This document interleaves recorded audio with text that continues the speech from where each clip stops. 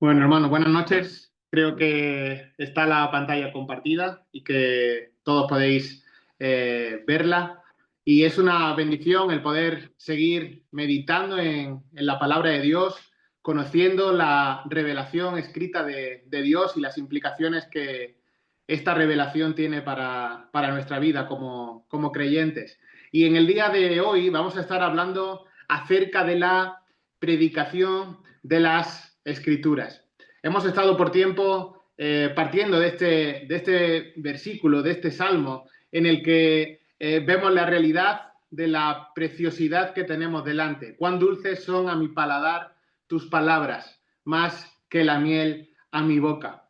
Y me gusta partir de un texto que se encuentra en 2 de Timoteo 3, 16 y 17, porque creo que es un pasaje clave que nos anima a considerar lo necesario, lo bueno que es invertir tiempo, pasar tiempo en la palabra de Dios. Fíjate, le está escribiendo ahí Pablo a Timoteo y dice 2 de Timoteo 3:16, toda escritura es inspirada por Dios y útil para enseñar, para reprender, para corregir, para instruir en justicia, a fin de que el hombre de Dios sea perfecto, equipado para toda buena obra.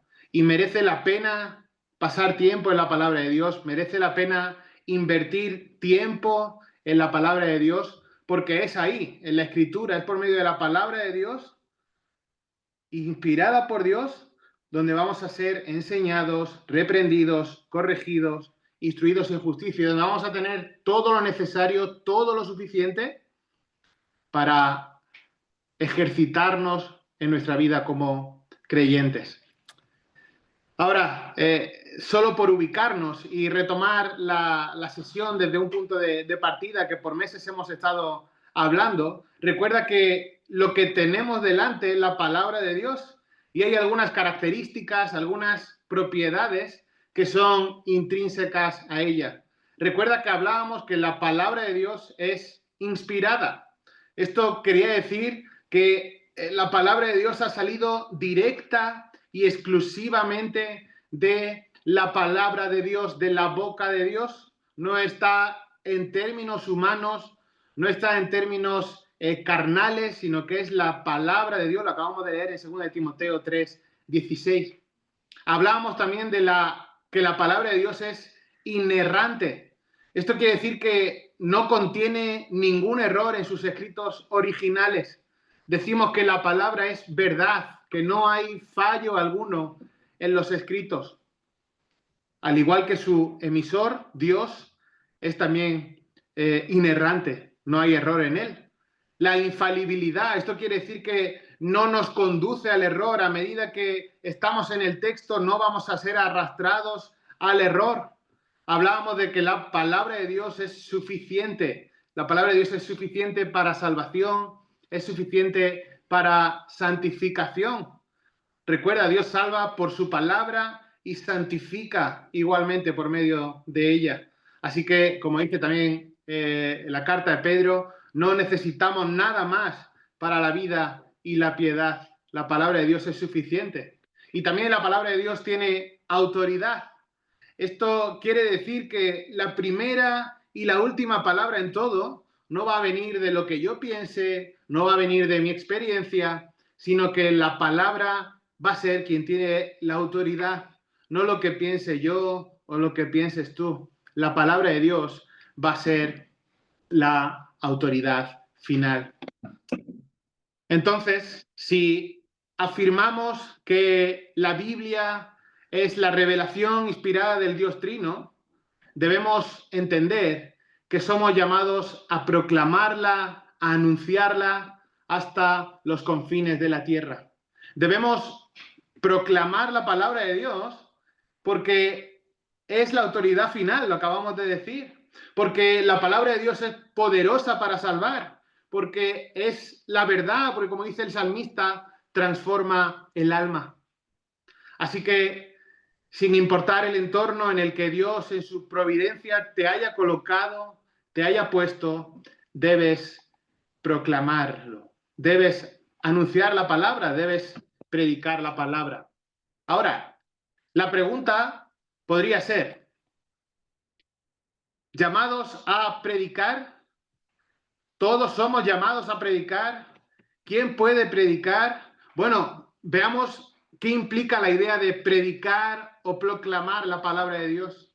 ¿Qué se encierra detrás de esa idea de proclamar la palabra, de predicar la palabra, de anunciar la palabra hasta los confines de la tierra?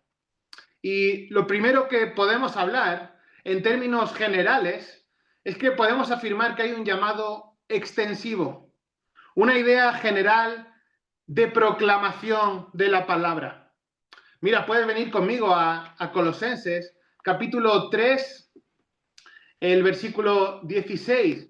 Y ahí Pablo está dando algunas directrices importantes acerca del lugar que ocupa la palabra de Dios. Dice Colosenses, capítulo 3, versículo 16,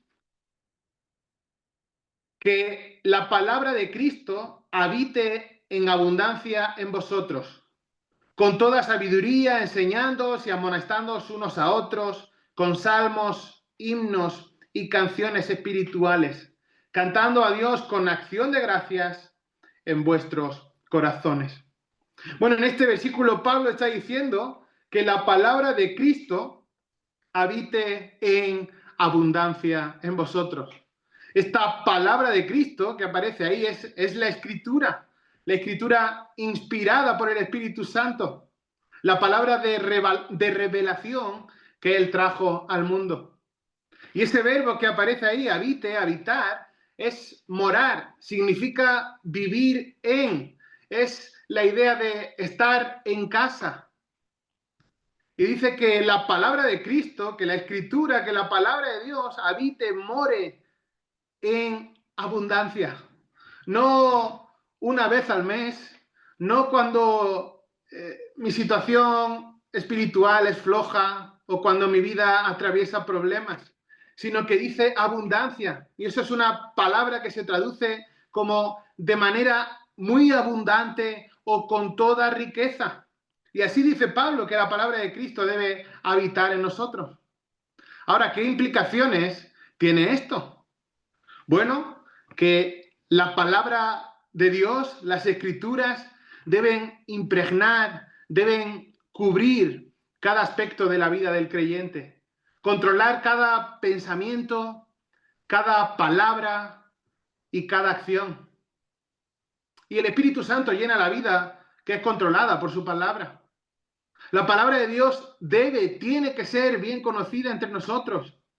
Ha de ser el elemento central en la enseñanza de cómo vivir.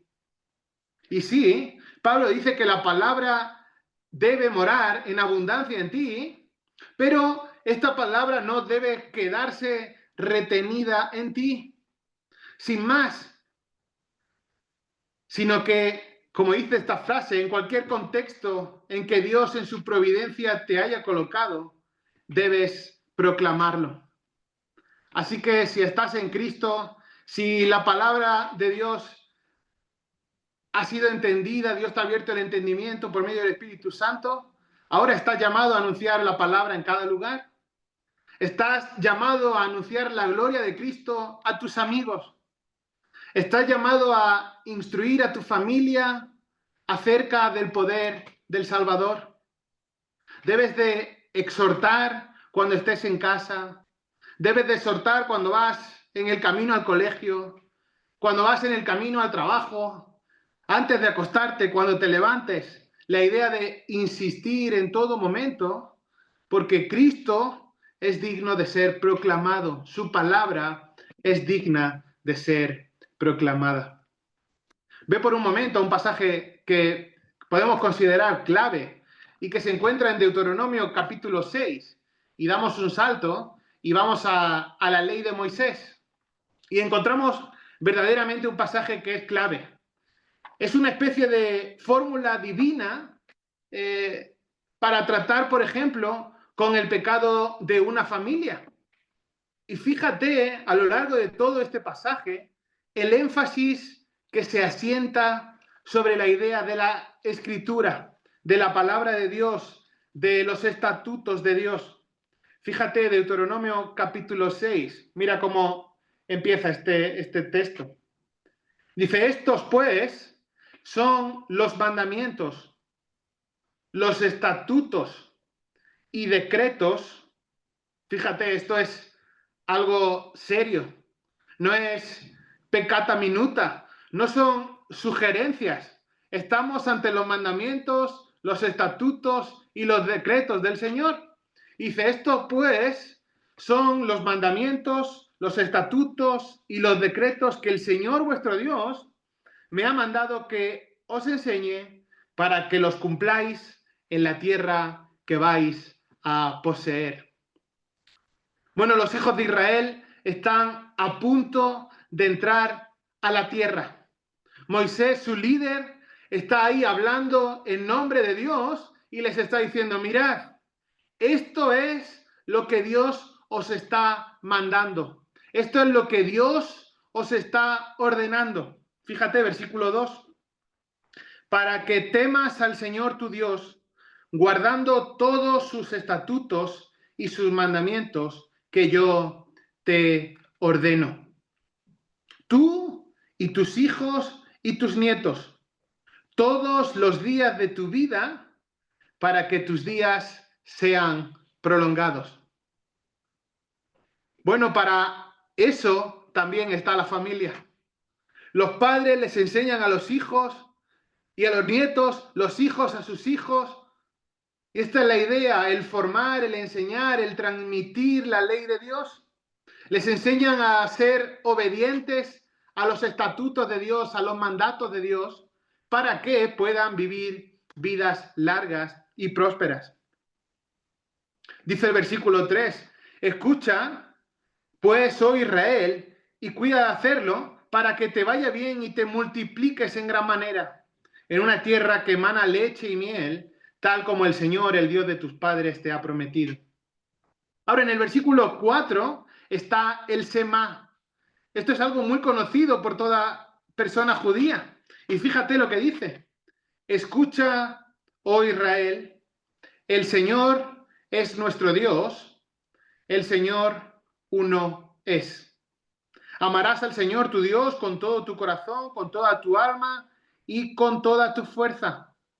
Y estas palabras que yo te mando hoy estarán sobre tu corazón y diligentemente las enseñarás a tus hijos y hablarás de ellas cuando te sientes en tu casa y cuando andes por el camino, cuando te acuestes y cuando te levantes.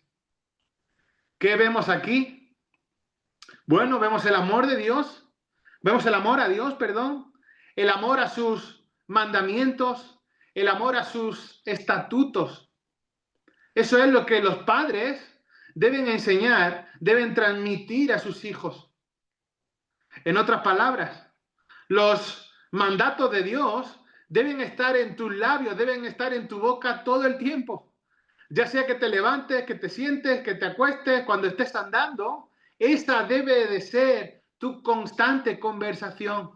Eso debe meteorizar, colapsar toda tu existencia. Y dice ahí un poco más abajo, versículo 8, y las atarás como una señal a tu mano, lo cual significa que apliques la palabra de Dios en tu día a día, a tu trabajo. Y sigue el versículo 8, y serán por insignia entre tus ojos. Esto es, aplica la palabra de Dios a tu manera de pensar. Entonces esto es lo que dices, esto es lo que haces, esto es lo que piensas. Pero no se queda aquí. Y sigue el versículo 9, dice, y las escribirás en los postes de tu casa y en tus puertas. Y está recordándoles, en cierta forma, que cuando entren a la casa deben estar hablando del Señor, que cuando salen de la casa deben estar hablando del Señor. Amar al Señor su Dios con todo su corazón, con su alma, su mente, sus fuerzas, y que donde quiera que estén, el tema siempre sea acerca de Dios, su ley, amarlo con todo su corazón. Y eso es lo que le enseña a su familia. Eso es lo que pide, ordena que instruyan, en este caso, en la esfera del hogar. Así que sí, en cierta medida hay un llamado extensivo a proclamar la palabra de Dios, a enseñarle la palabra de Dios a nuestros hijos, aún a nuestros familiares, a nuestros compañeros de trabajo. Pero, por supuesto, sin duda, existe un llamado particular. Todos, como digo, tenemos la responsabilidad de anunciar el Evangelio, de llevar la palabra de Dios en nuestros hogares, en nuestros trabajos, en nuestros entornos familiares, pero sin duda existe un llamado específico de Dios, un oficio, una tarea que está reservada para los predicadores, para los heraldos, para los proclamadores de la palabra de Dios. Y ninguna profesión tiene un potencial tan alto de responsabilidad como la del predicador de la palabra de Dios. Dios va a juzgar a cualquier predicador en base a la precisión y a la certeza de su predicación.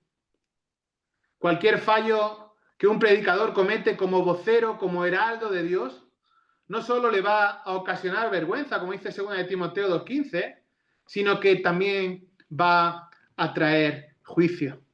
Así que no hablamos de algo baladí. El llamado particular a predicar la palabra de Dios es un llamado reservado a unos pocos, y la Biblia afirma que todo pastor del rebaño de Dios va a dar cuenta. Lo puedes ver ahí en Hebreos 13:17. Y por supuesto vendrá el día en el cual cualquier predicador tenga que rendir cuentas. Ahora, ya sea en los evangelios, ya sea en el libro de los Hechos, ya sea en las diferentes epístolas, también en el libro de Apocalipsis, hay muchos ejemplos, muchas exhortaciones a predicar la verdad en cumplimiento de la voluntad de Dios.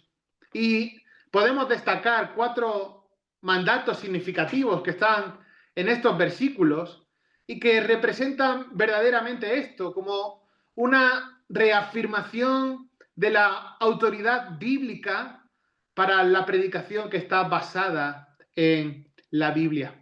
Fíjate el primero de estos, puede venir conmigo a 1 de Timoteo, capítulo 4, versículo 13. 1 de Timoteo, capítulo 4, versículo 13. Dice ahí, y de nuevo le está escribiendo Pablo al joven Timoteo: entre tanto que llego, ocúpate en la lectura de las Escrituras, la exhortación y la enseñanza. Esta es la idea. Pablo le está enfocando, está canalizando al joven Timoteo dónde debe estar su prioridad, dónde debe estar su énfasis, dónde debe estar su esfuerzo. La lectura de las Escrituras, la exhortación y la enseñanza. Hay un segundo mandato, y que está en la segunda carta que le escribe también Pablo a Timoteo, en el capítulo 2 y versículo 2. Ven conmigo ahí por un momento. Dice aquí la palabra del Señor: y lo que has oído de mí en la presencia de muchos testigos, eso encarga a hombres fieles que sean idóneos para enseñar también a otros. En este caso, Pablo le está diciendo: mira, esto que has oído de mí, esto que has recibido, ahora tú encárgaselo a otros hombres fieles que sean idóneos para que ellos también enseñen a otros. Y esta es la idea: capacitar a otros hombres fieles para que otros puedan seguir enseñando. Discípulos que hacen discípulos. Otro mandato claro, otro ejemplo claro, se encuentra en 2 de Timoteo, capítulo 4. Luego estaremos de forma más pausada en este texto, pero ahí, perdón, Pablo vuelve a dar una instrucción muy clara a Timoteo. Dice, predica la palabra, insiste a tiempo y fuera de tiempo, redarguye, reprende, exhorta con mucha paciencia e instrucción. Este es un mandato verdaderamente claro. Estaremos ahora un poco más de detalle ahí, pero la idea es predica la palabra. Hazlo no importa cuándo ni cuándo te toque hacerlo. Hazlo con paciencia, hazlo con instrucción, pero Timoteo predica la palabra. Un cuarto mandato está en la carta que Pablo le escribe a Tito, en este caso en el capítulo 2, versículo 1, un versículo también muy conocido. Y le dice ahí Pablo a Tito, pero en cuanto a ti, enseña lo que está de acuerdo con la sana doctrina. De nuevo, Tito, no te distraigas, Tito, no te dejes influir, esta es tu prioridad, esta es tu ocupación. Enseña, es tu misión, enseña, predica. ¿El qué? Bueno, no cualquier cosa, enseña lo que está de acuerdo con la sana doctrina. Entonces, en resumen, hay 3 preguntas que podrían ser claras. La primera, ¿por qué predicar? Bueno, muy sencillo, porque Dios así lo ordenó, Dios así lo indicó. Lo hemos leído en 2 de Timoteo, en el capítulo 4, versículo 2, predica la palabra. Además, los apóstoles respondieron a este mandato. Recuerda en Hechos capítulo 6, versículo 4, después de resolver una situación sobrevenida, ellos focalizan, reorientan su prioridad y dicen, y nosotros nos entregaremos a la oración y al ministerio de la palabra. Así que predicamos porque Dios así lo ha establecido, porque Dios así lo ha indicado. Predica la palabra, ocúpate en la exhortación, la enseñanza, enseña a otros, enseña lo que está de acuerdo con la sana doctrina. Ahora, la siguiente pregunta, y también es obvia, ¿qué debemos predicar? Bueno, no vale cualquier cosa. Predicamos la palabra de Dios. Predicamos toda la palabra de Dios y predicamos solo la palabra de Dios. Esto es lo que se conoce como sola escritura, tota escritura. Pero no nos vamos por los cerros de Úbeda, como se dice en mi tierra, sino que nuestro foco, la focalización de qué debemos predicar, es todo el consejo de Dios, es la palabra de Dios. Una tercera pregunta. ¿Quién predica?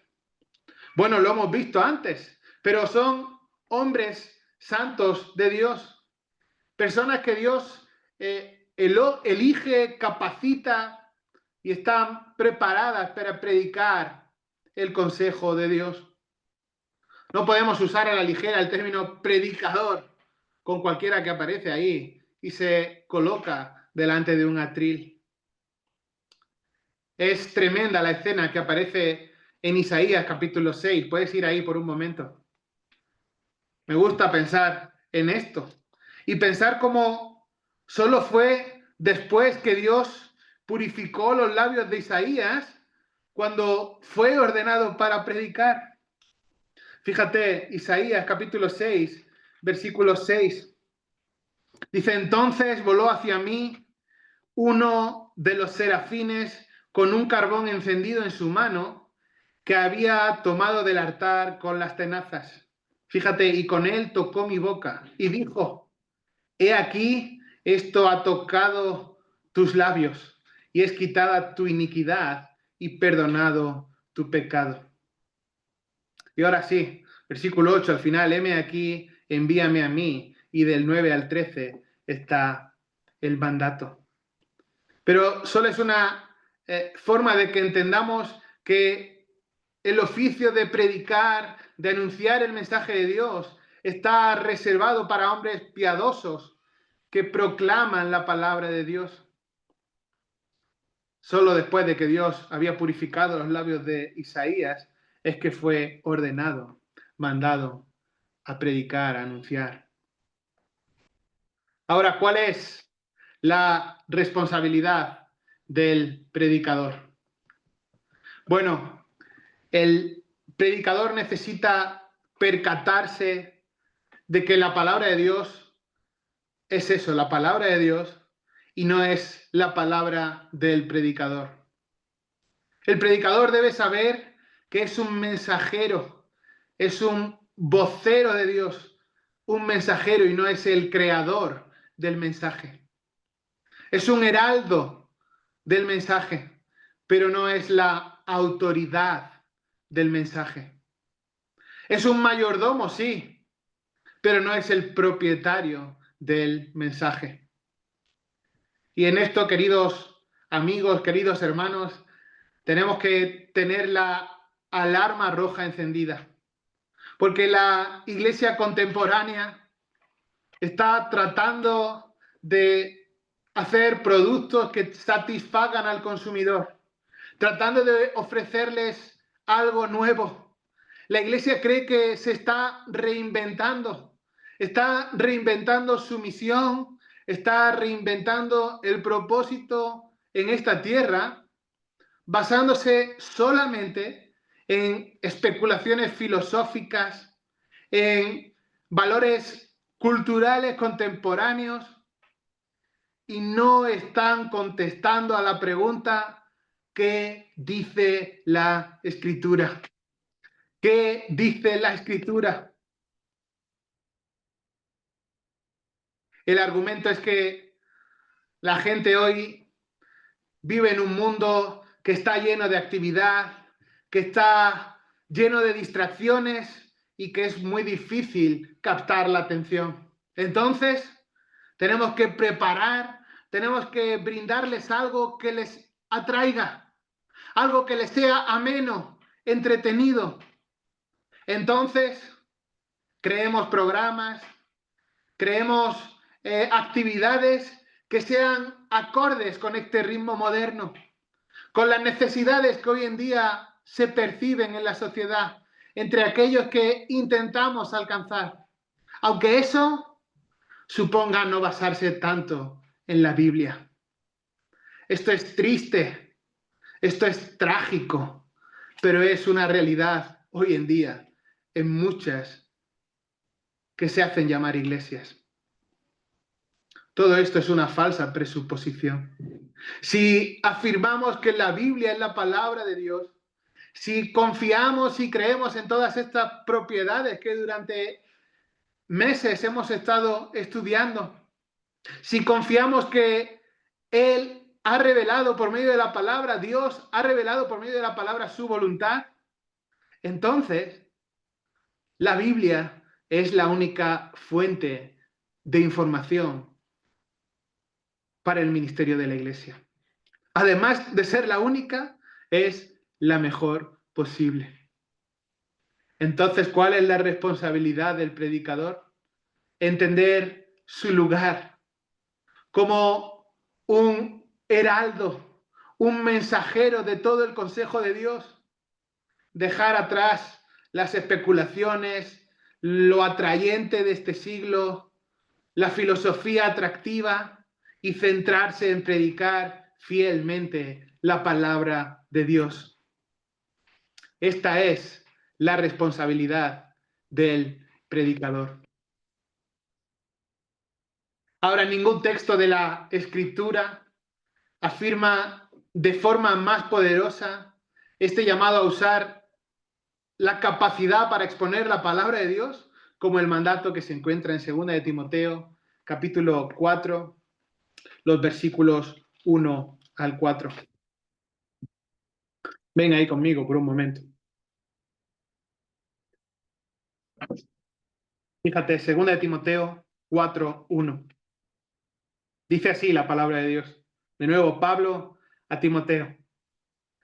te encargo solemnemente, en la presencia de Dios y de Cristo Jesús, que ha de juzgar a los vivos y a los muertos por su manifestación y por su reino. Versículo 2. Predica la palabra. Insiste a tiempo y fuera de tiempo. Redarguye, reprende, exhorta con mucha paciencia e instrucción.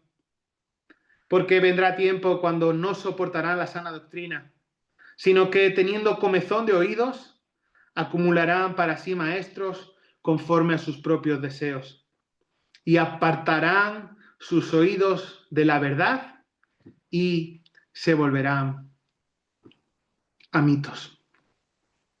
Aquí vemos algunos aspectos esenciales en torno a la predicación, aspectos esenciales en torno a la predicación de las Escrituras. Fíjate, el primero de ellos es la seriedad de la comisión. Y esto lo vemos en el versículo 1. Fíjate, dice, te encargo solemnemente en la presencia de Dios y de Cristo Jesús. Bueno, esto es mucho más duro, mucho más crítico que el jurado de Eurovisión. Esto no es ni siquiera el tribunal para las oposiciones de la judicatura. Es algo mucho mayor. El predicador está bajo el escrutinio de Dios y de Jesucristo, quienes van a juzgar a todos algún día. Y Pablo, ya de edad avanzada, procuró enfrentar a su hijo menor en la fe, Timoteo, con el sentido de esta pesada responsabilidad. Le intentó transmitir la grandeza de la responsabilidad, la seriedad de la comisión que estaba asumiendo. Y este peso probablemente fue el que sintió John Knox cuando fue obligado a predicar y en anticipo a ello se encerró en su cuarto y estuvo llorando por días porque temía la seriedad de esa comisión. El juez perfecto, no cualquier juez, sino el juez perfecto juzgará de forma perfecta la calidad, la precisión, el celo y el esfuerzo del predicador. Así que no se trata de hacer un sermón bonito y atrayente. No se trata de hacer un sermón, una predicación, que la gente me aplauda al final, sino que se trata de complacer a Dios y de complacer a Jesucristo, no de agradar a los hombres. El juicio de los hombres es imperfecto, es eternamente inconsecuente. Sin embargo, el juicio de Dios es perfecto, es consecuente, es el único que verdaderamente importa. Y ante ese perfil es que Pablo le encarga la tarea a Timoteo. Y este es el segundo aspecto, el tema de la comisión. Y esto lo vemos en la primera parte del segundo versículo, y ya hemos estado un poco hablando acerca de esto. Pero el tema de la comisión del predicador no es otro que la de predicar la palabra. Dice el versículo 2, predica la palabra. Este es el mandato. No solo hemos de retener la palabra de Dios para usarla de forma precisa, como hice un poco antes en el capítulo 2, versículo 15, le dice Pablo a Timoteo, procura con diligencia presentarte a Dios aprobado, como obrero que no tiene de qué avergonzarse, que maneja con precisión, esto es, que traza con precisión la palabra de verdad. Así que no solo retenemos la palabra para usarla de forma precisa, para guardarla, como también dice en el capítulo 1, versículo 14, guarda mediante el Espíritu Santo que habita en nosotros el tesoro que te ha sido encomendado, sino también retenemos la palabra sólida para proclamarla. Predica la palabra. Y Pablo lo dijo de manera sucinta en Colosenses capítulo 1, versículo 24 y 25. Puedes ir ahí por un momento también. Dice la palabra del Señor ahí en Colosenses capítulo 1, versículo 24.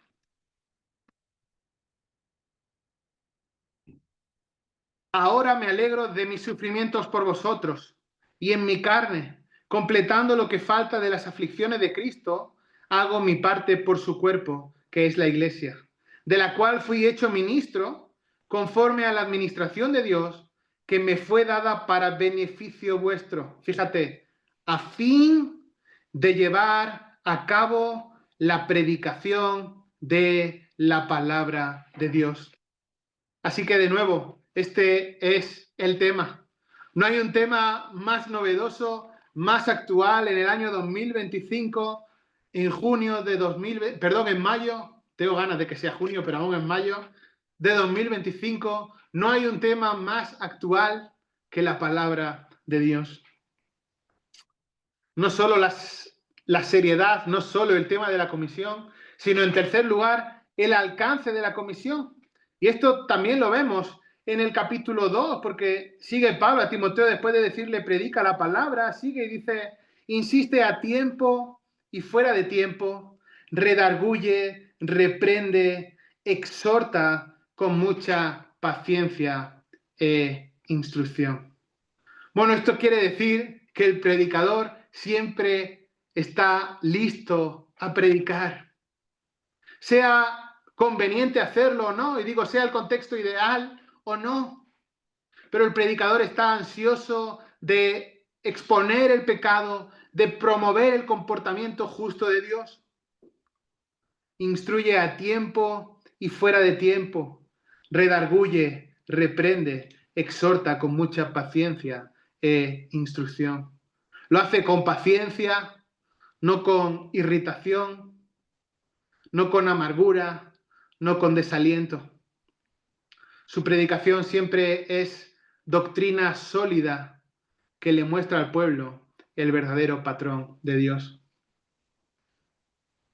Es una comisión tremenda. Ahora, los versículos 3 al 4, vemos la urgencia de la comisión.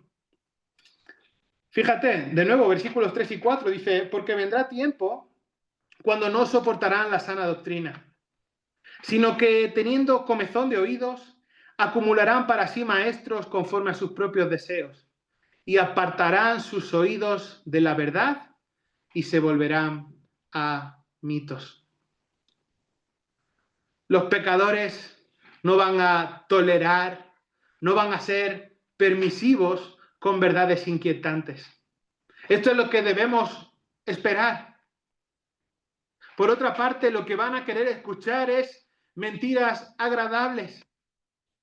Ellos van a estar buscando lo sensacional, lo que atrae sus sentidos, lo que entretiene, lo que va a edificar su ego, su orgullo, aquello que va a permitir que tengan muchos contactos sociales, aquello que va a permitir que sean populares.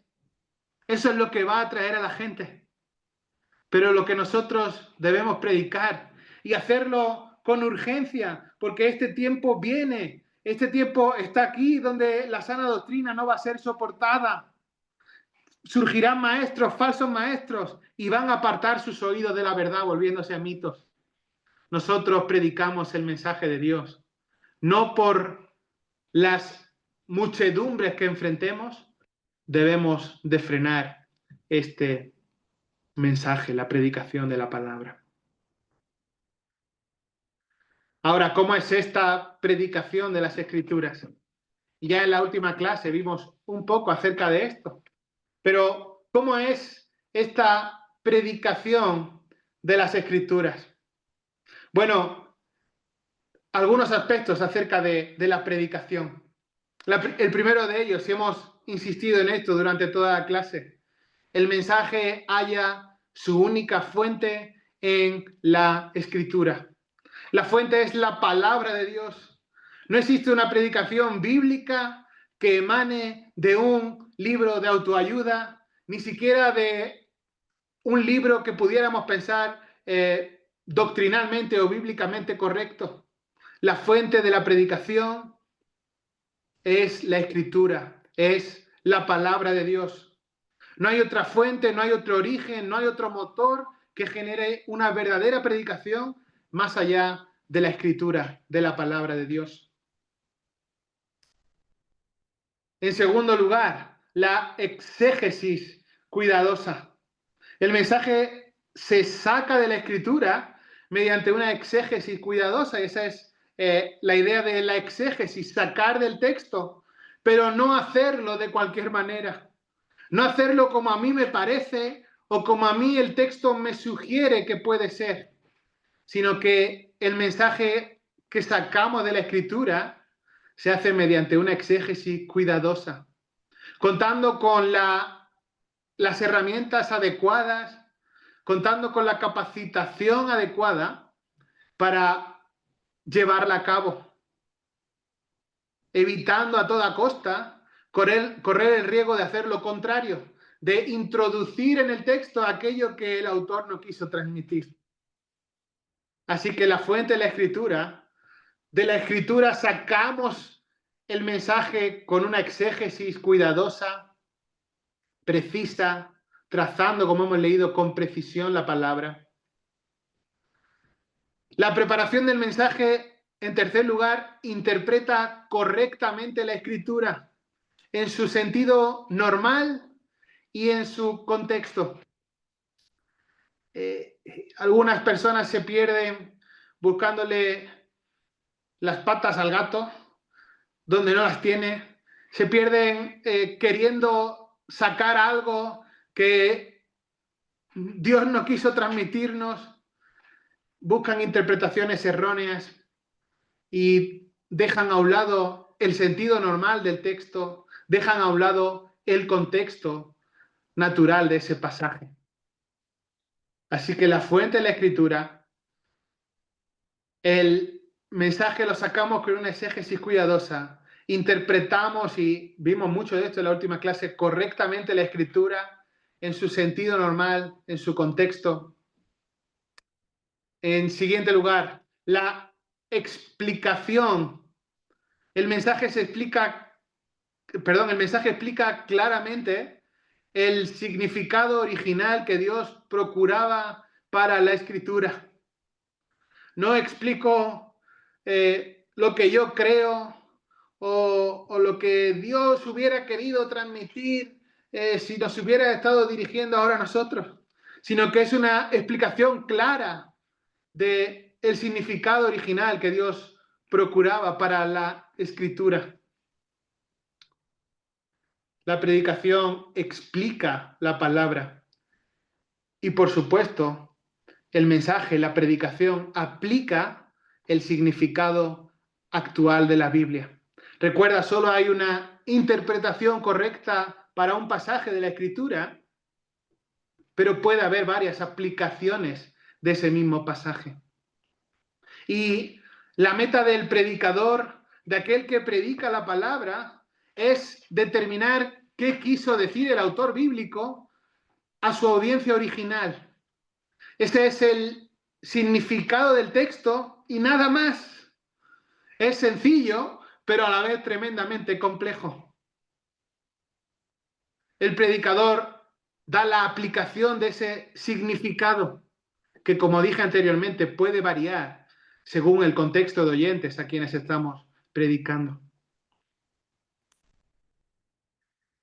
La Biblia fue inspirada por Dios y su verdad está por encima de cualquier cultura, por encima de cualquier ente o poder social.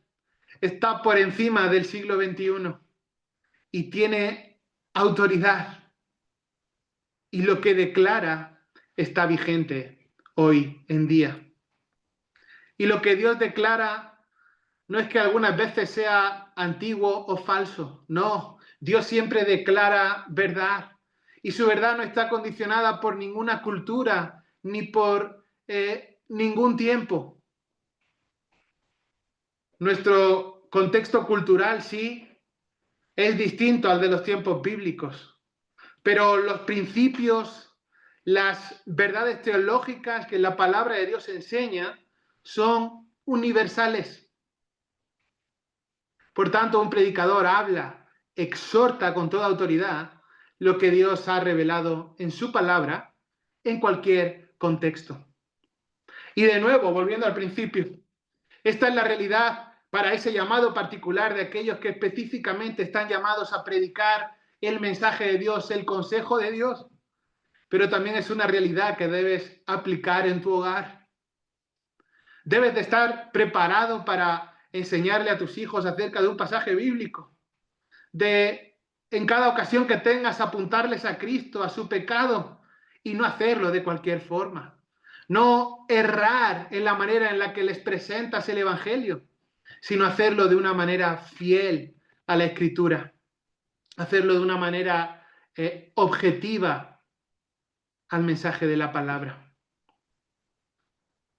Quiero terminar con una frase de Carson que dice: el hombre que tiene la Biblia y el Espíritu Santo en su corazón tiene absolutamente todo lo necesario para hacerle espiritualmente sabio. Tiene la fuente de la verdad abierta delante de sí. ¿Y qué más puede desear?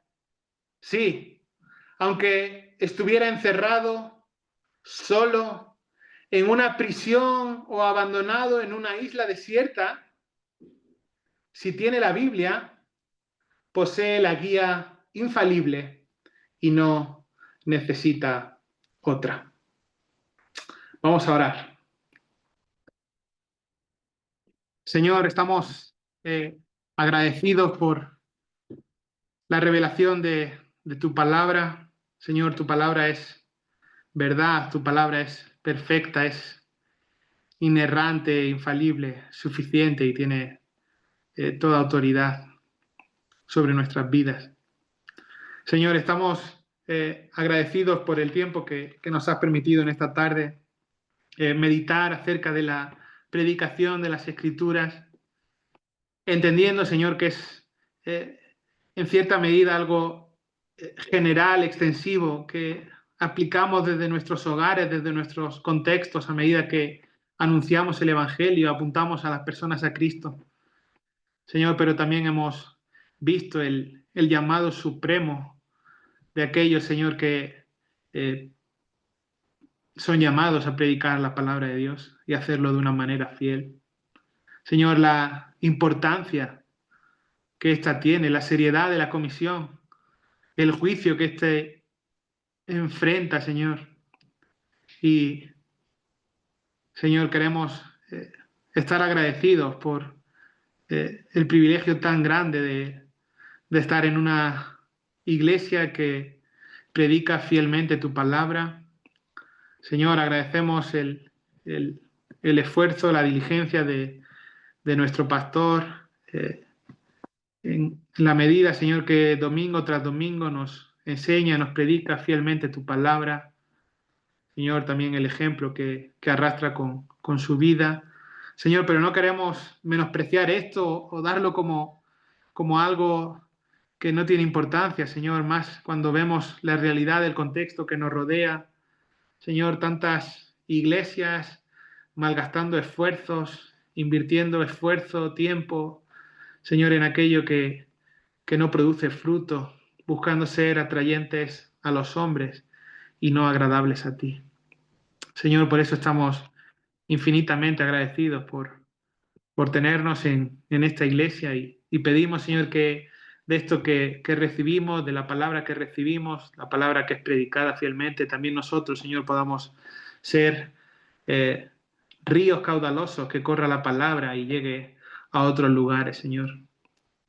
Estamos, Señor, agradecidos por tu palabra, que es verdad, Señor, y confiamos en el poder de ella para la salvación del perdido y para la santificación del creyente. Gracias por este tiempo que podemos compartir juntos. Oramos, Señor, en el nombre que es sobre todo nombre, en el nombre de Cristo Jesús. Amén.